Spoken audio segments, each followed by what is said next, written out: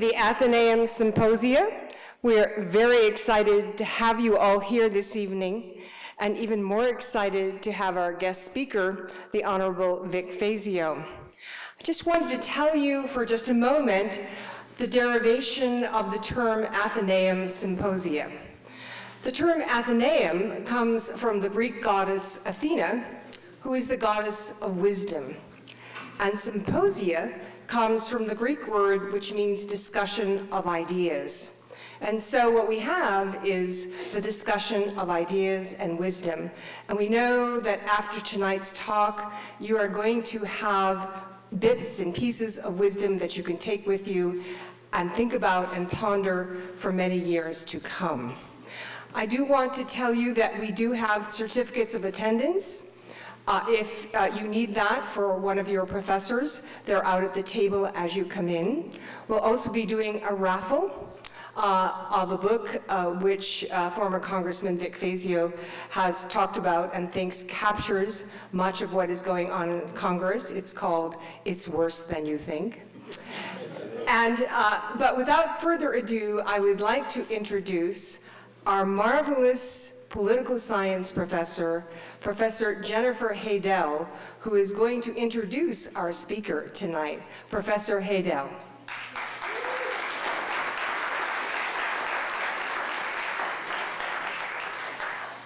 I'm pleased to introduce the Honorable Vic Fazio.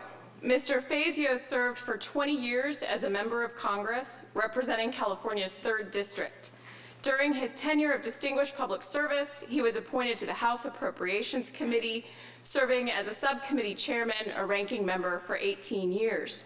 He was also a member of the Armed Services, Budget, Ethics, and House Administration committees. In addition to his role on the Appropriations Committee, Mr. Fazio is active in the Democratic leadership of the House, holding several appointive and elective positions. He served as the vice chair of the Democratic Caucus from 1989 until 1994, when he was elected chairman, the 3rd ranking position in the House. He was the chairman of the Democratic Congressional Campaign Committee, the political arm of the House Democrats, for 4 years in the early 1990s. He also was a majority whip at large and served as a regional representative on the Democratic Steering and Policy Committee. Mr. Fazio is involved in the community, civic, and charitable activities that include serving on numerous boards, including Northrop Grumman Corporation, the National Parks Conservation Association, the Campaign Finance Institute, the Energy Future Coalition, the Committee for a Responsible Federal Budget, the Information Technology Innovation Foundation, and the University of California Davis Medical School Advisory Board. Please join me in welcoming the Honorable Vic Fazio.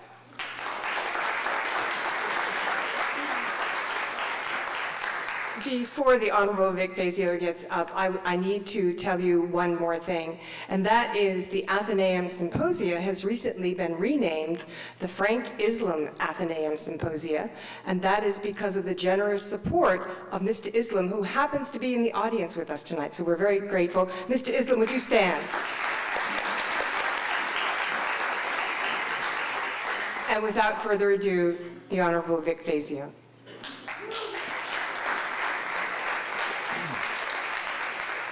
Thank you very much. First of all, Jennifer, thank you for that kind introduction. I don't think I've ever been introduced by the entire political science department before. And it's great to be here with my friends Joan and Larry Nake, who are fellow Sacramentans and who have gravitated to Washington as I did and have gotten reacquainted and become great friends living as we do nearby. And Mr. Haslam, we really appreciate your leadership in creating this entity. There is no question that this program does a lot for Montgomery College, and I know you've done a lot for many in the region, but I know how much the audience and those students at Montgomery College value your contribution. Let me say, for someone who has been out of Congress for 15 years, an opportunity to speak to an audience like this is a golden opportunity, because we have a need and a fix is required to fill that need. And if I talk a little too long, you'll have to forgive me, and hopefully I won't, and we can have a lot of questions and answers going back and forth here. I'd like to really engage with you rather than lecture at you. But suffice it to say that people don't listen to you quite as much when you're out of office as they do when you're in. And so for all of you who are here for one reason or another tonight, I thank you. I needed you. Let me begin by saying something about Congress. It's an institution I love. I served there as a staffer briefly in the 60s. I came to serve there for 20 years between 78 and 98. And while we weren't perfect and we had our ups and downs and we had our partisan battles, we did understand that at the end of the day, your job was to come to Washington and to bring together very disparate voices and positions and ideologies and come to closure and try to govern in a way that would move the country forward. Not everybody won every battle. Sometimes you lost, sometimes valiantly, sometimes ignobly. But you lost when it was your time to lose, and you won when you had the numbers to win. But ultimately, because we governed and we made decisions, I think we moved the ball down the road for the American people. Today, Congress is so dysfunctional, so torn by hard, rigid ideologies, that it's becoming increasingly difficult for any kind of work product to come out the other end of the pipeline. I say this with great sadness because I know many of the people there today would like to be as productive as earlier generations, but somehow they can't quite come to closure on the issues that are so divisive, even in their own districts. They can't move off their rigid positions because they fear defeat in their primaries, in some cases in their general elections, but more often today than ever before, in their party primaries. Now, part of this is a result of redistricting, which has created many, many safe seats for people in both parties, where if they deviate from the party line, they'll hear about it. And they'll hear about it in terms of money flowing into an opponent who is selected oftentimes by people who are not resident of the district, but who want to impose a discipline on that entity, that individual in that district. You'll hear about the Club for Growth and the Heritage Action Fund and the Conservative Fund on the right. You will occasionally see similar kinds of organizations on the left getting involved in, say, a Democratic Party primary where the divisive issue might be free trade versus what some would call protectionism. But more often these days, it's on the right. It's a little vignette. A friend of mine who represented Ohio for many years, kind of a mainstream conservative, retired from the House, didn't get involved in the primary as to who would succeed him, didn't want to pick among his friends. A gentleman who won the seat asked him if he would come to an event once he was nominated before the general election and speak to his supporters. And this retired member went to the event and said to his wife as they were leaving, "I didn't know anyone in that room. And I've been serving in this district for decades." What we've seen in the Republican Party is the radicalization of the party, brought about, I believe, largely by the fallout from this massive economic recession. New people have gotten involved, people who are angry and frustrated at the loss of equity in their home, the value of their 401k, people who are troubled by the changing demographics in the country. Not only do we have a president who doesn't look like our other presidents, but we have in this nation an increasingly large and diverse population of people who are, if you're older and whiter Americans, sometimes threatening. These people have been energized by their fears and their anger to get involved politically. And that, is not a bad thing if you're energized to get involved politically. But these are people who are making it almost impossible for the people who they nominate and often elect to move off positions that they know are not even helpful to their party going forward. Immigration. Republicans knew after the last election that they needed to accommodate the growing Latino population in our country. That's still the official party line from the national chairman of the party, but they're unable to move from the rigid position that they have on immigration to something that would be more accommodating and ultimately lead, for example, to a path to citizenship for many people. This is just one example of where this kind of death wish on the Republican side continues to show itself. And I think we're seeing it this week in Washington. Here we have, for the first time, a group of people who have decided that maybe shutting down the government would be a good thing. It's not necessarily even an accident, although it could end up being the result of one. But there are people who are saying essentially, we're so mad, we're so fed up, we're so frustrated, government is big and out of control and has to be reined in. Let's just shut it down and see if we can send a message, at least to the people who are voting for us in our party primary, that we hear their anger and their frustration and we're taking action on it. This is the kind of nihilistic and sometimes anarchistic governance that I think the American people suffer from right now. Soon we'll be coming up against a debt limit. And that, by the way, is not the right to incur new debt. That is a willingness to pay the bills we've already incurred so that we are not, as the president says, a deadbeat nation. Undermining the full faith and credit of the United States, which means interest rates will go up to finance the debt that's already out there, which means we'll all be paying billions more in nothing more than paying interest to bondholders. So we're about to do this because we're mad, we're angry, and we're not taking it anymore. The American people are confused, they're troubled, and they're not getting the kind of leadership from the Congress that I think historically Congress has exhibited. People have been able to sit down across party lines and come to closure. We need a deficit reduction package, not in the short run, like the sequester that you all heard about, which is cutting into the core of government, but in the long term, we are underfunded and we're over-impacted by entitlement programs.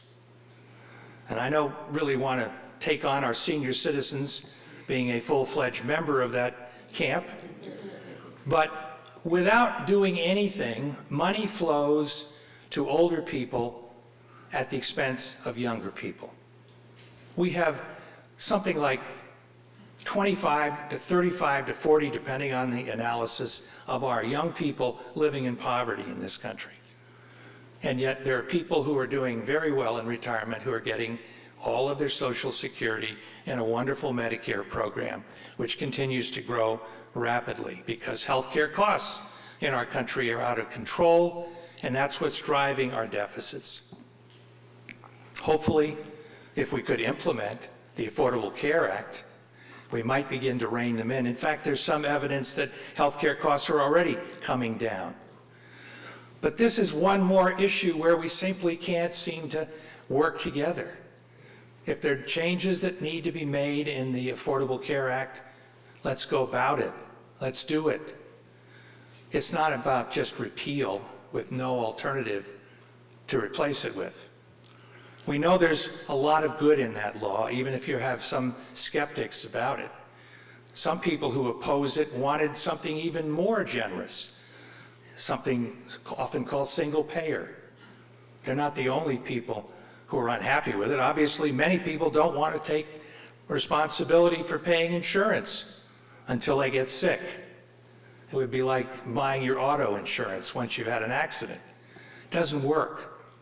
So we're trying to bring people together in society to bear some of the broader burdens we all share, and yet there are people being told, don't worry, you don't have to belly up, you don't have to be responsible, just vote no. And we'll go back to where we were, with millions and millions of people without insurance. or underinsured or paying too much. So there are problems that need to be attended to, need to be addressed by this Congress, which seems almost incapable of passing anything. Not one appropriations bill. We're coming up on the 1st of October. We talked about that. This week, a decision has to be made. And then the debt limit coming soon after. And so the question is really, what can we do as Americans to tell Congress that it's time to put down the cudgels and find a way to work together, even for imperfect solutions that don't satisfy anybody, but which are the consensus that must emerge if we're going to move the country forward. You know, we're not totally out of this recession. We could actually inflict a body blow on the economy in the next several months, which would cause the recession to kick back into gear, job losses to continue, maybe at a higher rate, deficits to grow, frankly, because if we're not working and paying taxes, they will grow again. All of these problems could easily occur if we can't find a way to maneuver between now and the holidays in December to find some common solutions, common ground answers to problems that everyone in this country knows need to be attended to. We need tax reform. I think that's something we would agree to. The vast inequalities of wealth in this country have been growing. And if we don't attend to it through the tax code, we have to address it in other ways as well. But that's certainly one way. And yet, I don't know that we can find the kind of consensus that we had when I was a member back in the 80s, when we had bipartisan members of the House and Senate, Kemp, Roth, Bradley, Gephardt, with President Reagan willing to work with Democrats in Congress to find a solution to the need for tax reform. We are a country that is desperately crying out for consensus building. I believe our president wanted to govern that way. I believe he still would like to find a way to bring people together across party lines. I don't think he came to Congress as a hard partisan. But from the very beginning, the goal of Mitch McConnell, which was stated very, very concretely, the Senate leader, was to make him a one-term president. He's been reelected. His signature law, the Affordable Care Act, which has been called Obamacare, has been in effect ratified by the voters. The Supreme Court has upheld it, and yet it seems to be the only subject that anybody on the other side of the aisle wants to talk about. And they don't want to talk about it in a constructive, problem-solving way. So what can we do? Well, I think one thing we need to do, and I didn't come to this personally early on in my political career, is to advocate for commissions to do redistricting. We don't have enough center in this country, and we certainly don't have it in the elected bodies that are supposed to resolve our issues. We need more people who would be willing to go with the title moderate. Not because I'm not a partisan Democrat and don't have a lot of leftist instincts, but I tell you, we don't have enough people who are willing to come together because the way in which we've redistricted has kept most people in positions where compromise is a dirty word. So whether it's in this state or my home state of California, where we have moved to this through a vote of the people, it does bring a group of people to the institution who understand that they have to get along with people who don't agree with them all the time. And people will rise above their partisanship and find a way to appeal to people on a different level if they are required to go out and deal with them and not sit in their own enclave and ignore the views of those who are different than theirs. I think that would be a most important thing, and it can't be done nationally. It's got to be done state by state. It can't be done by any constitutional amendment at the federal level. It never would be. But it has to be done by state office holders and the people who elect them. That's one thing that I think we need to do. And the other thing we need to do is to support organizations that go about selecting people of both parties of goodwill and holding them up for public acclaim, supporting them politically. And there are a lot of organizations that do this. They're not all that partisan, but they do have an agenda. And when people of both parties come to that agenda, they're willing to stand up and support them. I think that's another thing we could be doing as citizens to try to help people who have a hard time finding any traction in the middle of the road on any issue. And so I hope you understand my angst and my frustration. It's really sad to see an institution that I care so much about, that I enjoyed serving in, be brought to such a low level of acclaim. And even its leaders. I was looking at some polling today. Neither party, neither House or Senate leaders have any sort of positive image among the American people. Highly negative. The president's popularity is somewhat better than his predecessors at this time, but not at the level of any of his historic presidents who've served before him, starting with Bill Clinton and on back. The American people are angry because the government isn't working, and yet I don't think they all understand why it isn't. And so what I'd like to do is, if we can here in the next few minutes, dialogue with you about how you look at this and what you think could be done about it, and see whether we could find, at least in this room this evening, a little bit of common ground as we come from a variety of perspectives, but understand that as Americans we have a job to do, and that is to try to govern not just for ourselves, but for the young people that follow us. Who's got some thoughts? There are mics on either side aisle. We would really appreciate if you use the mics. And please ask some questions, make comments, etc. On either mic. I'll go back and forth from one side to the other. How you doing? I'm good. How are you?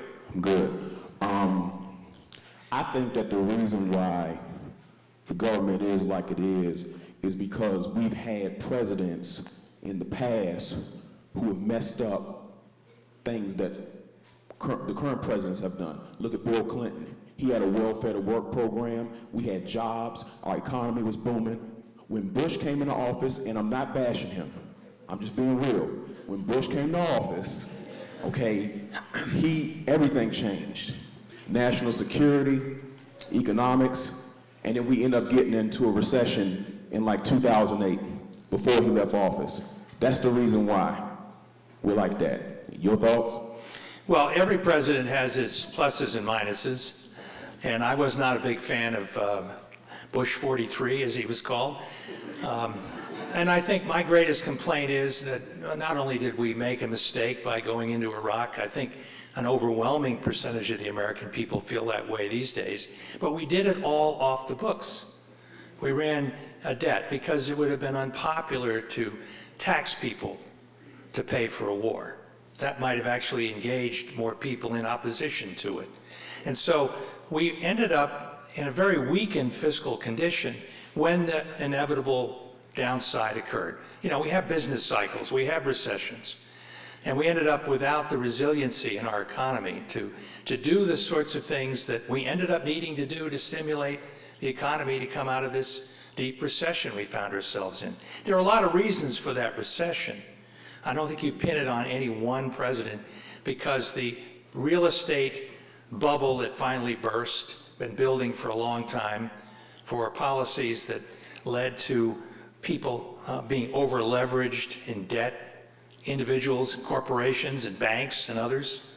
Some of this was over a long period of time, not something that I would put just on one president who preceded our current president. But I think our fiscal flexibility was vastly undermined by those prior years. I want to also say that the reason why we were is because we look at election reform and what happened in the 2000 election. Al Gore could have been president had it not been for what Florida did.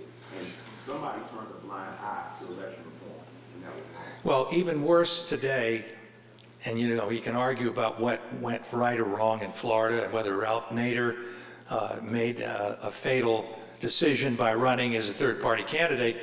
But what's happening today to underline what had been historically a bipartisan consensus that we didn't have enough people voting, we needed more people voting, now restraining people's right to vote, I think is really a tragic admission that at least one party isn't comfortable with everybody voting.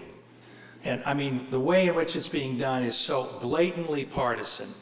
In Texas, if you've got a right to carry, that's enough indication. But if you are a student with an ID, that's not good enough to get you into the election booth. So, you know, this whole effort to suppress voters, I think, is far worse than anything that happened in Florida, even at the time. Let's go to this side now. Hello. Oh, it's on. Okay. What is your opinion on the fact that Texas state office holders voted after midnight, which was not only recorded on video and broadcast to thousands, I believe, and it's also an action, the vote after midnight is illegal, but this vote was taken after Congresswoman Wendy Davis had met the required filibuster time, a filibuster that many have called inhumane, as well as questionable due to the fact that the way it was questionably handled by Texas state office holders in regards to the fact that when Wendy Davis brought up Planned Parenthood and required sonograms, that these were called off topic.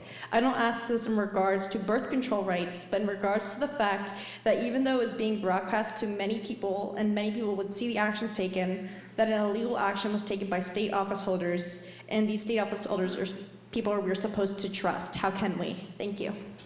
Well, you made more of a statement than a question, but I happen to have been a kind of a new Wendy Davis fan personally, so I suppose you and I are somewhat in sync on this. But I think Wendy will have the ultimate say, because I think she's going to run for governor, and the people of Texas will be able to judge whether or not they like her policies or those that Governor Perry and the state legislative leaders have. But this effort to, in effect, make abortion illegal by eliminating abortion facilities is something that's happened even closer to home here in Virginia, not just in Texas.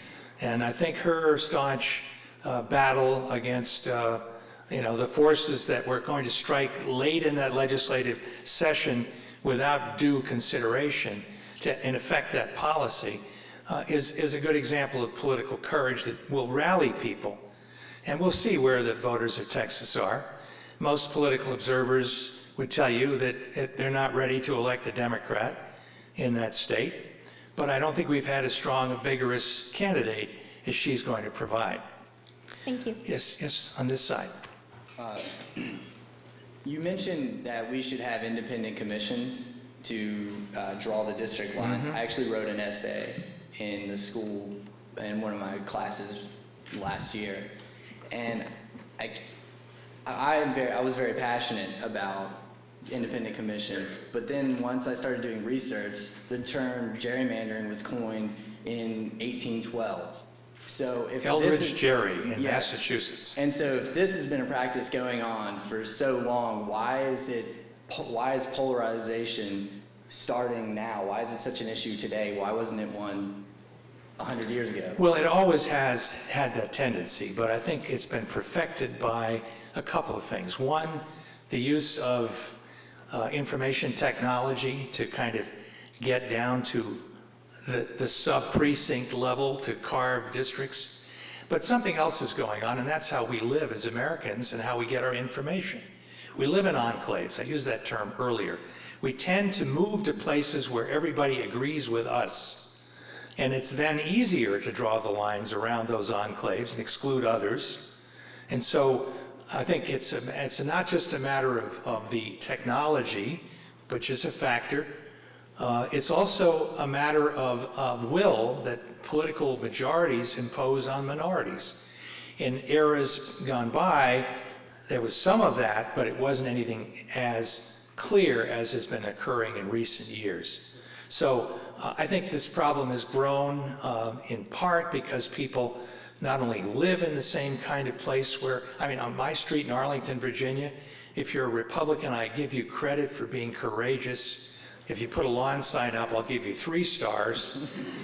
And I know if I were to go to, some places in Loudoun County, it would be just the opposite. So I think one of the things we have to keep in mind is where we get our information. Are we all listening to MSNBC or Fox, and never the twain shall meet? Most of you folks aren't reading newspapers as I did when I grew up, continue to do. Ink on my hand is a daily habit. But you're often getting it from a blog, a biased point of view, a source of information that amplifies, not even clarifies, your point of view.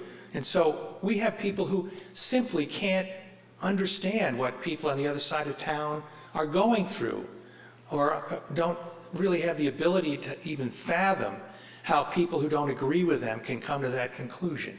And that all feeds into this. Yes? Hi, my name is Sevilla, and we've heard a lot on the radio about how the Affordable Care Act would cause Americans to sponsor abortions. Where do you stand on the moral issue? Well, first of all, I think the Affordable Care Act doesn't really speak to the abortion issue any more than health insurance always did. Some covered, some didn't. I think employers cover people for health care in this country, and will hopefully continue under the Affordable Care Act. And people can choose whether or not they want that to be part of their health package or not. Or if it is, they can choose not to use it. This is, after all, an individual choice. Thank you. Yeah. Yes, thank you. I have a question that will speak to everyone in terms of education. If we are not willing to raise taxes to improve our education, what is wrong with having society and corporations in particular use their own resources to help fund education in terms of scholarships, tutors in the elementary schools? The list could go on. What, people use their own resources? Well, would it be so impossible for a corporation to take a person and say, for 2 hours a week, you go tutor these kids on how to read? Well, there are a lot of corporations doing that sort of thing. A law firm that I'm involved in is involved in helping with, non-public dollars, public schools in the district that need help. Can we then make it more visible so that people can see that we can do things without raising taxes? Well, I think, for example, Northrop Grumman, whose board you just heard I serve on, is very engaged in STEM programs. And in many of the states where we have our major facilities, including Maryland, we're very involved in trying to help promote science, technology, math, all of the things that we know that some schools are struggling to do a good job with. But you can't expect the nonprofit world or the corporate world to cover all the cost of our educational system. It just won't work. But it can be an enriching thing, and I think we'll see a lot more of it.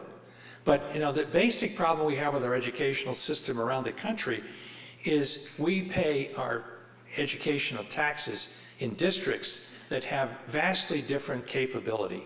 Yes. Poor districts and rich districts. People move into the ones that often have the best schools, if they can afford it, to live in the houses that are often expensive. And then other people are kind of left with a system that isn't working, which is underfunded. And so equalizing dollars for education has been one of the major goals, not only of many state governments, but certainly of the federal government in recent decades. But it only can accomplish so much. And we know we're fighting uphill against problems that kids bring to school because they're not learning anything at home. Yes? Hi, good evening. You mentioned in the past when you were in Congress, there was a variety of voices, ideas, opinions. You were still able to work together, keep the ball rolling, as you said. Yeah. The gears working. Not so much now. You mentioned the Republican Party and the economic problems we're having, the demographic problems we're having. And it seems like the more problems we have in society, the further government gets away from us. And you even mentioned the Republicans, how they would be punished, so to speak, if they were to separate themselves from what their party thought was appropriate. And of course, I do hope the cudgels you mentioned aren't being used for Who defines that is a big question, yes. Who What's defines appropriate? that? What I don't seem to be able to understand is how when the people need the government so much, they're fighting amongst themselves, rather than coming out and trying to really help the people. Why can't they get their voices together? Why can't they keep the ball rolling? They think they're really, each of them in their own way, think they have the answer, and that they are trying to help the people. And yet, the average person looks at government as a totality and saying, work this out for us, find ways to compromise, get it done for us. That's the broader general perspective. But the highly partisan individuals who are the lifeblood of both political parties are convinced that they have the answer. And if we'll only eventually prevail and follow them, then the problems will be taken care of. So compromise for them is capitulation to something that they increasingly find reprehensible. There are people who think all of the efforts the Federal Reserve Board has made to stimulate the economy are totally misguided, and if we had done none of that, and the economy would be flourishing and be growing exponentially. And how do you convince people that that wouldn't be the case? I mean, I believe that would be a disaster. I think the Federal Reserve Board deserves far more credit than the Congress for any economic growth we've had in the last 5 years. But how do you convey that to someone who's totally convinced of the other point of view? And that's what we find ourselves in this country, at such polar opposites, at such loggerheads, that people think compromise is not just a dirty word, but would be detrimental to the needs of the people. It's how do we get beyond that? And part of why we get beyond it is an informed electorate, people who understand more than just the superficial aspects of these issues, so they can come to their own conclusions and vote accordingly. Yeah. First, I'd like to say I agree with your comments on the redistricting and information technology creating a more rigid voter base. Mm-hmm. But I'd like to ask a question about a CBO report I read about a year ago about the growing income inequalities since the 70s. And also tie that in with your comments about outside influence affecting the primaries. Do you think that deregulations since the 70s have made it easier for financial powers to control a more rigid redistrict base, than in effect continue that process? One of the things I should have emphasized more earlier in my remarks was the influence of big money in politics. And no question about it, the United decision, Citizens United decision, opened the door for corporate giving, unlimited.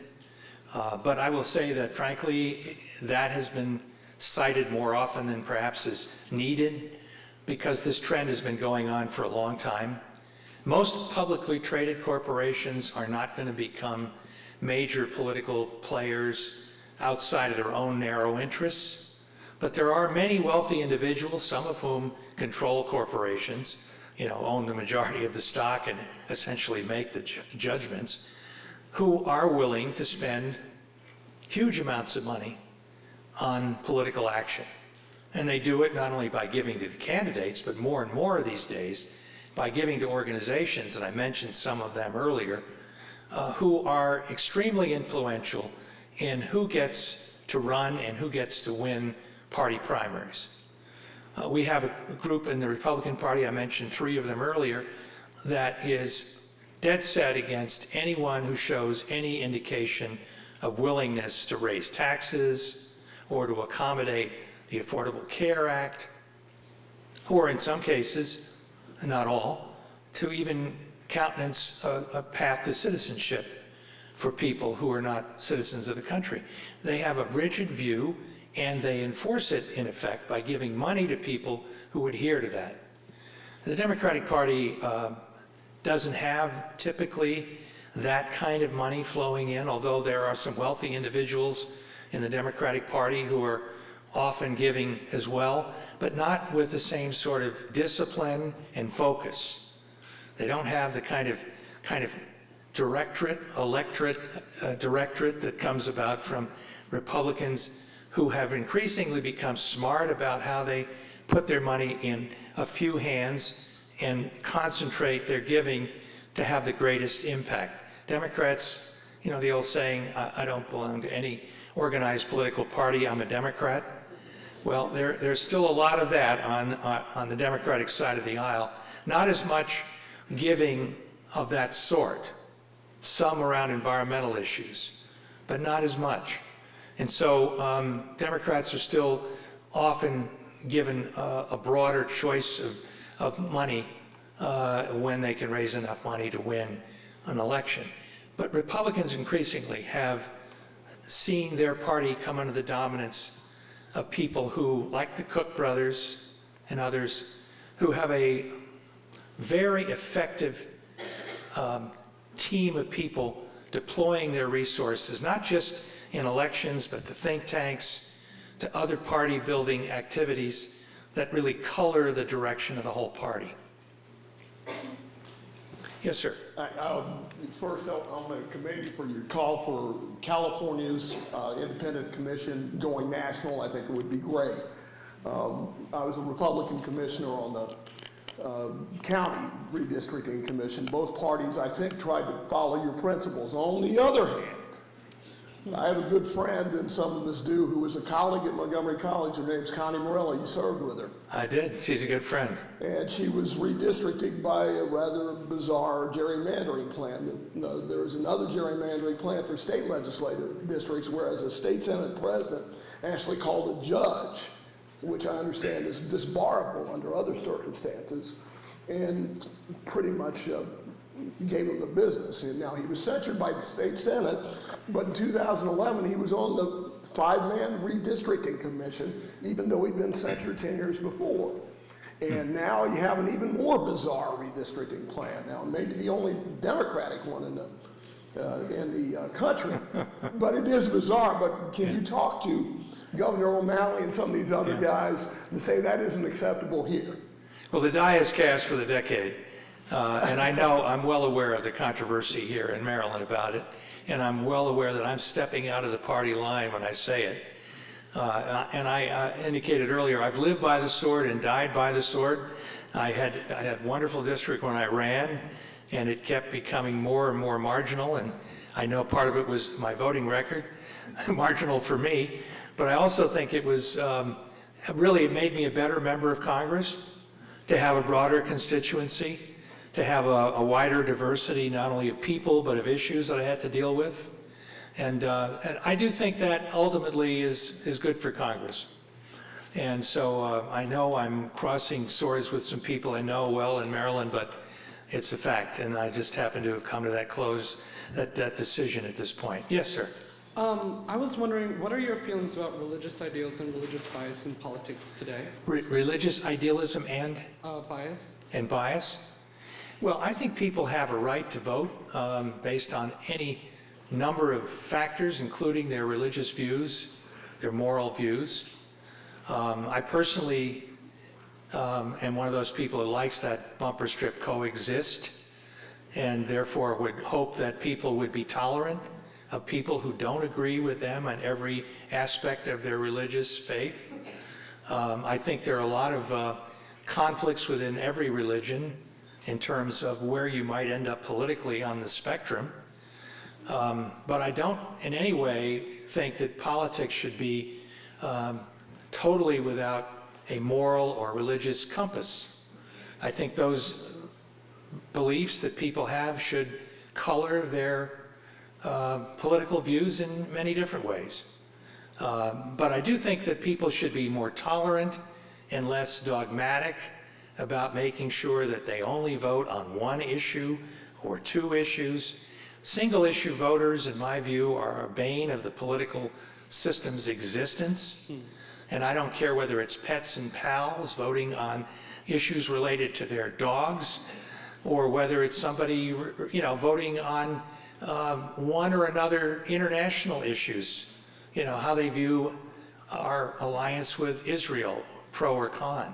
I think people need to think in terms of who can come up with the best approach to governing, and who do I like in their style and approach to resolving the differences that we have in our society. Not to exclude them, but to feel that there are more to, how I vote than whether you're pro or con on abortion, for example. Yes? Good evening, sir. As a follow-up to the gerrymandering question, how did you work past party lines in the past? How exactly did you move past them? And how do we make our parties work together now, especially when we ourselves stay within our social groups? Well, one of the things we have to do is respect people who don't agree with us. We always had that uncle who sat at the table at Thanksgiving and espoused a point of view that didn't necessarily comport with your families, but, we were all in it together. And that way we need to think about the country at large, We all need to respect people and understand as best we can where they're coming from, what their lives are like, what, they hope for in their children's development. I look at the vote we just had on the SNAP program, the food stamp program in the House, and I wonder if people really understand what it's like for most people who'd be on food stamps. I think many of the people voting on that had no clue. So we need to be more understanding and respectful, and that goes to the members of the institution as well. People who sit on the opposite side of a committee hearing room or on the House floor need to know and respect people on the other side of the aisle. And the problem we have today is, more often than not, they don't know them. When I came to Washington in '78, families would move here, and you'd see people socially. You'd travel with people. Your kids might even be on the same soccer field on the weekend. Today, these members come and go quickly. They spend little time in Washington, most of it alone among their hardcore friends on both sides of the aisle, caucusing, and not necessarily having the kind of committee experience that would lead you to understand and perhaps grow respect for people on the other side of the aisle. It's a top-down management style that doesn't allow people, particularly new members, to have a lot of say about how the institution is performing or their committee work could be done. We don't have the common appreciation of individuals that will break down the stereotypes. It's easy to hate somebody you really don't know. But the closer you get to them, the more you're often going to say, I don't disagree with that. She's not all that bad a gal, But we don't get there very often in this Congress because of the degree to which people, deal with their jet planes and their iPhones and talk to each other. I say something politically incorrect. It used to be possible for congressional delegations to get together across party lines. You go out to have dinner, and it would probably be paid for by the local utility. And today, none of that's legal, so the members go off to Chinese restaurants and eat bad food among themselves. Just kind of reinforcing once again the bias they brought. And really, we need a lot more people getting together across party lines so that we can break down the stereotypes and build some mutual trust. Because legislative bodies are, in the final analysis, about individuals. They're leaders, they're followers. These are people who delve into substance and yet deal in personality and find, ultimately, if they're successful, some sort of common ground. And that doesn't happen in this kind of environment. I don't know that this Congress will have any kind of production in terms of legislative outcomes. It's mostly about, we killed their idea, and then they killed ours. We're getting back to some people who have already spoken, so let me go to these two who haven't, and I'll come over here. Hello. I have a question about welfare. So why welfare support functions on all or none basis? People who are on welfare are not allowed to work, but there are a lot of people who would like and can work, and maybe they just need a little bit of help from the government. Why nothing is done to support people rather than putting them on life support?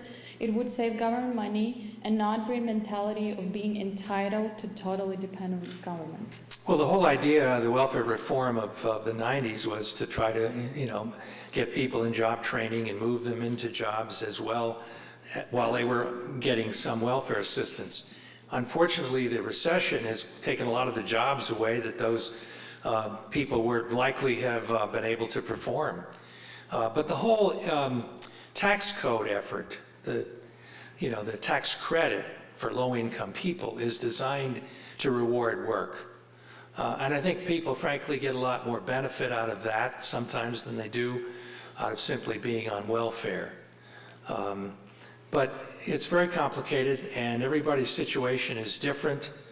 I know many people here at Montgomery College probably are trying to find a way to get educated and get a job in a way that would make them free of any of that requirement to be dependent on government assistance in any way.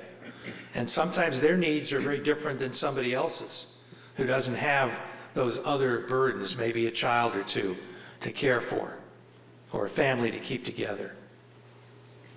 I want to add, recently at Stray University, there was an instance when, veterans, they are supported by government, so they would be paid there for their education and for their living. You're talking about the GI Bill?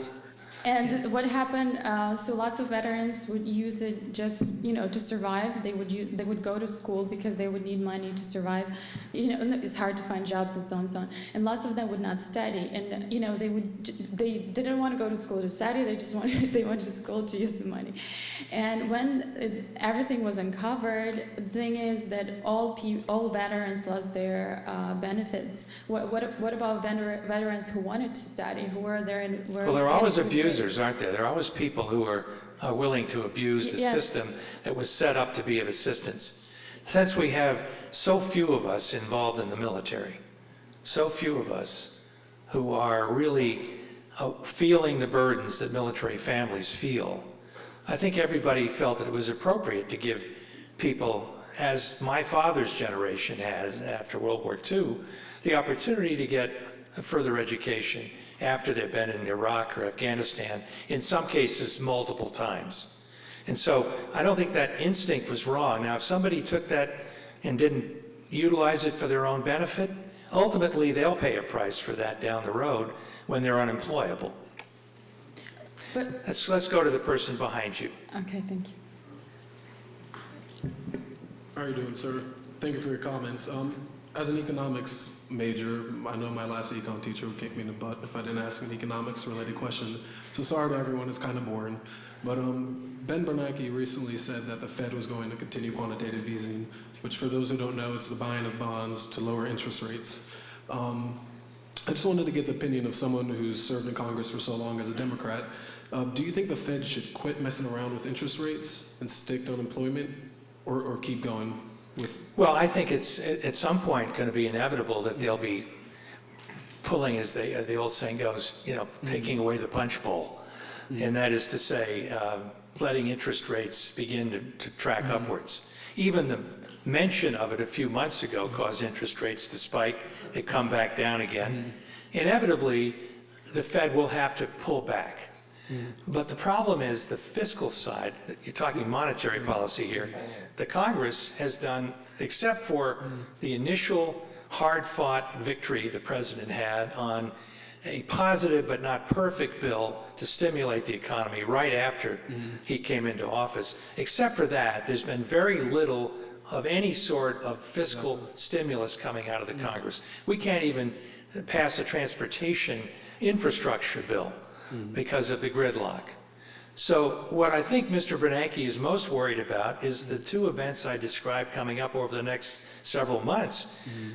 We could have another negative economic jolt as a result of closing the government down or defaulting on our debt. And so I think at this point, he's not about to take the Fed away from their easing policy. But inevitably it will occur, and it isn't the end of the earth. At some point, interest rates have to rise, And hopefully it occurs at a time when the economy is functioning as it's beginning to more effectively. If I could just be greedy and ask one extra question, because you answered my question. That was actually the second part of my question, the fiscal policy, but you answered it so quickly.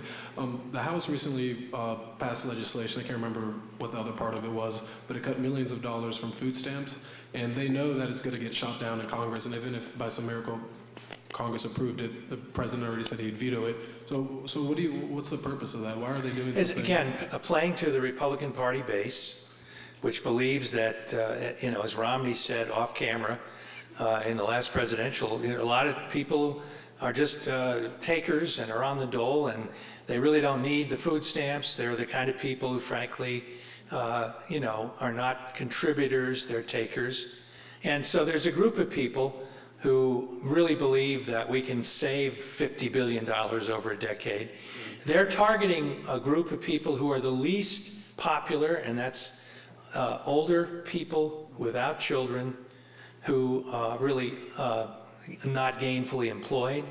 And the theory is if they didn't have food stamps, they'd get a job. Well, some of them might, many of them couldn't if they needed to. It depends on your worldview, and as I say, how you understand people who live lives much different than your own. Thank you. Yeah, there are a couple of new people on this side, then I'll go to the lady on the other side. Can we go to the woman in the orange blouse? Yeah. Just take the three who haven't had a chance. How's that? And then afterwards, would you be willing to answer questions back to me? I probably would have to. Go ahead. Thanks for serving in the government. My question is, when you were in the government, I didn't know if you have like the idea that you have now. I had most of them, yeah. I'm very rigid. I haven't really changed my mind on a lot of things. How do we trust those who are right now in the government that they are really thinking about the interest of the citizens? Well, I think we have to trust the people in government as long as they're there, and if we find they violate our trust, we have to work to replace them. That's what the elections that we have every 2 years are all about. Now, the problem is not everybody who votes for them would agree with us as to whether they violated our trust. But in some cases where it's pretty obvious, I hope there will be vigorous elections. That's what this country was built on, and that's, I hope, how it will be rebuilt as we go forward. Thank you. How about the gentleman behind you?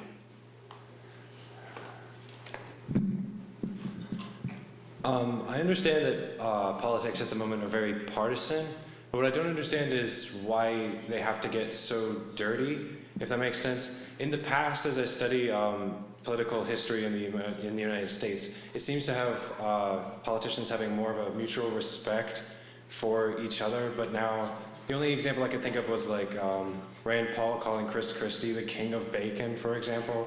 There's like numerous... Well, that's really not that bad. But like... Some people are proud of their pork.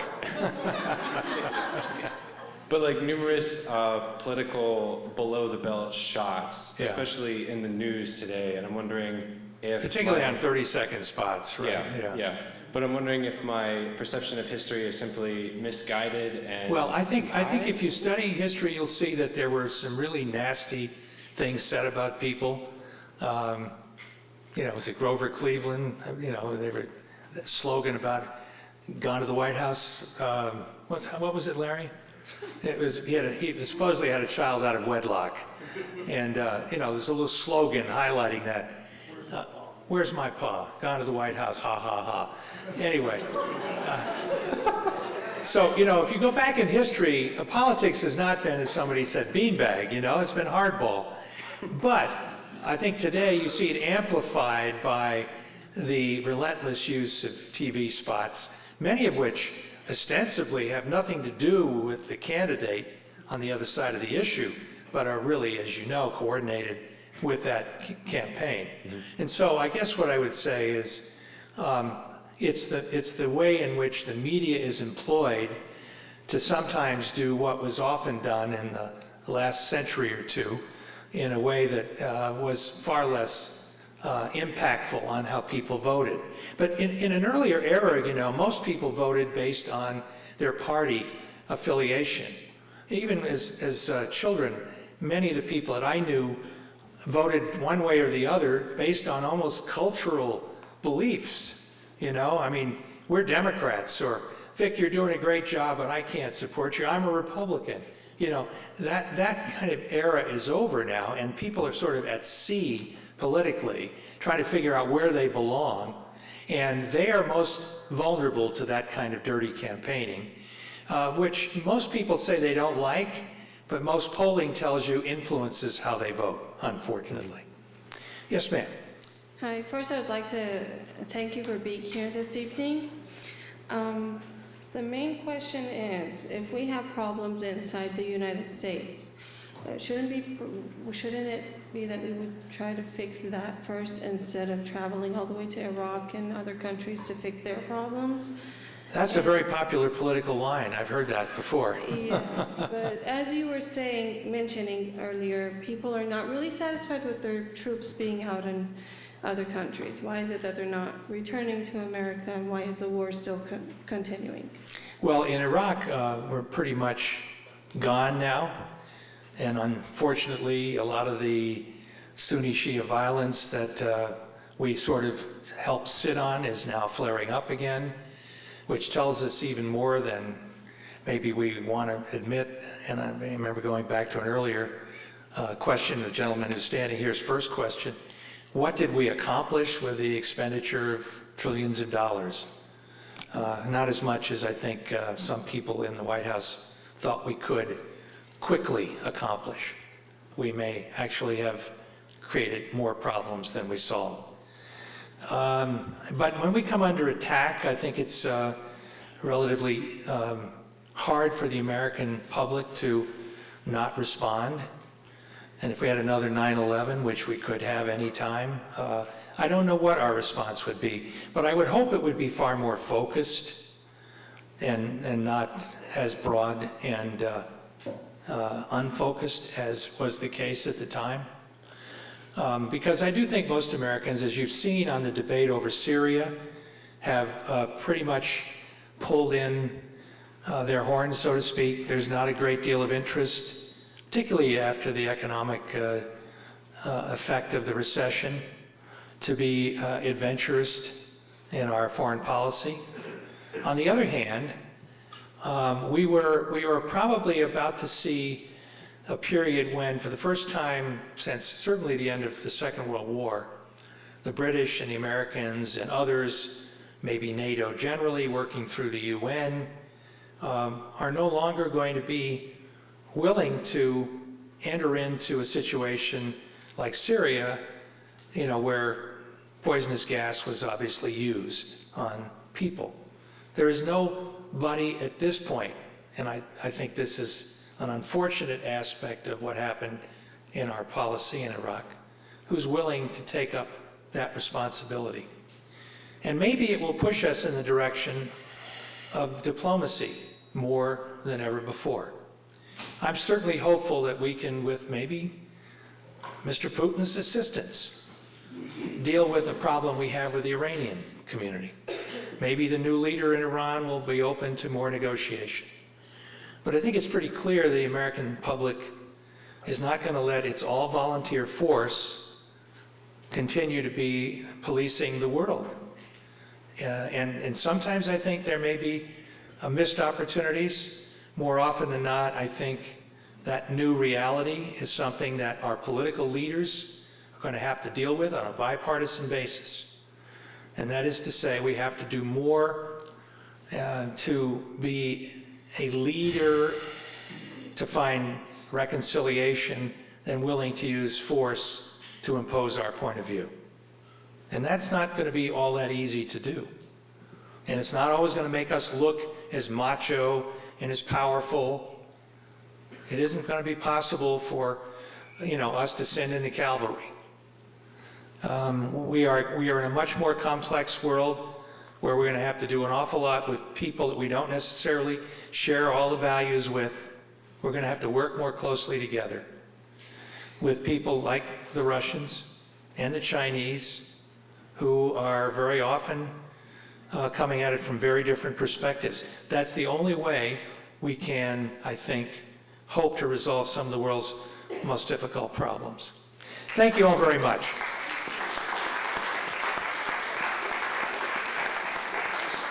Thank you very much, Mr. Fazio. It was a pleasure and an honor to have you here. And I'm sure that Mr. Fazio will stay for a minute or two if you have questions. Thank you again.